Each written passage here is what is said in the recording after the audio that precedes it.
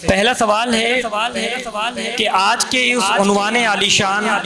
میرے نبی میرے آئیڈیل کے مطابق نوجوان نسل کو کس طرح نبی مہربان صلی اللہ علیہ وسلم کی طرف راغب کیا جائے؟ بچوں میں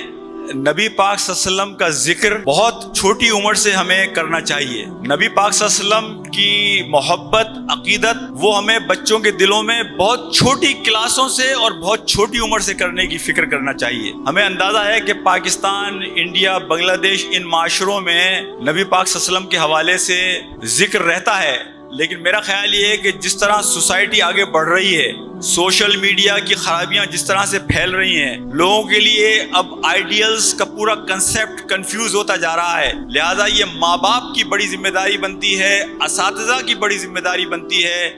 اور معاشرے میں جو ذمہ دار لوگ ہیں ان کی بڑی ذمہ داری بنتی ہے کہ وہ نوجوانوں کو انگیج کریں۔ نوجوانوں کے ذہنوں میں بعض بڑے سوالات بھی ہیں، بڑی الجھنیں بھی ہیں۔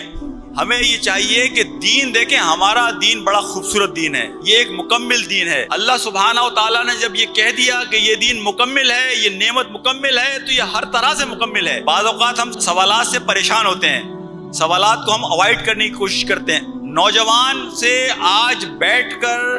اس کے سوالات کا اطمینان بخش جواب دینا، یہ ہم بڑوں کی ذمہ داری بنتی ہے۔ تو نوجوانوں کو انگیج کرنے کی ضرورت ہے،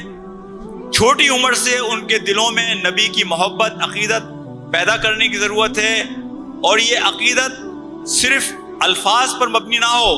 بلکہ ہم نبی کی زندگی سے بھی اپنے نوجوانوں کو تعلیمی نظام کے ذریعے سے، اپنے ڈراموں، کہانیوں کے ذریعے سے،